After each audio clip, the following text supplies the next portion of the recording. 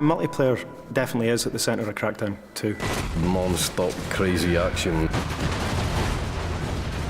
It's a very physical game. You can ram people out of the way and it flips them up and they spin off into the sky. With plenty explosions.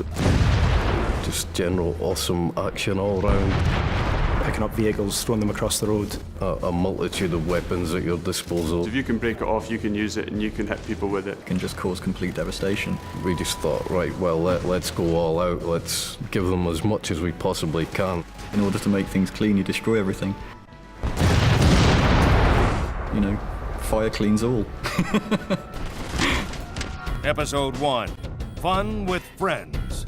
A lot of people love the fact that you can have this open world environment and mess around with your mates. We've doubled the amount of players for co-op. We've turned it up to 4-player co-op, 4 times the people, 4 times the fun, basically. There's so many things to do in the city, it's pretty remarkable that we've managed to fit that in. We have to make all of those missions support 4 players. And not only that, we have to make sure that those missions are supported for 4 players, playing 4 different missions scattered around the world of Pacific City.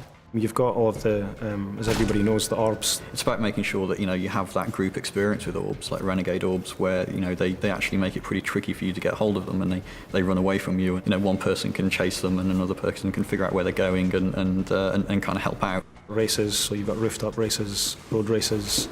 You've got all the achievements in the game as well, and there are a bunch of stats that we track that also go on leaderboards.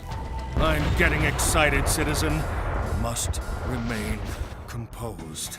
One thing we're pretty proud of is that you can then seamlessly go from your campaign game into your multiplayer game. There was a few times when you'd be playing the game and somebody would enter your game when you were testing and you didn't actually know they were in, and then suddenly this rocket would come from the side and there's one of the guys who's just joined your game and started blowing everything up. Your friends come home from school or work or whatever, they just jump straight into your game. The player can come at a problem from 4 different sides and just defeat it that much faster. We've added turreted weapons to all of the vehicles as well. Nominate one guy to drive, he jumps in, 3 of you jump in the back of the vehicle, one of you might have a rocket, another guy a heavy machine gun. You can just be a 100-mile-an-hour killing machine soaring through the city.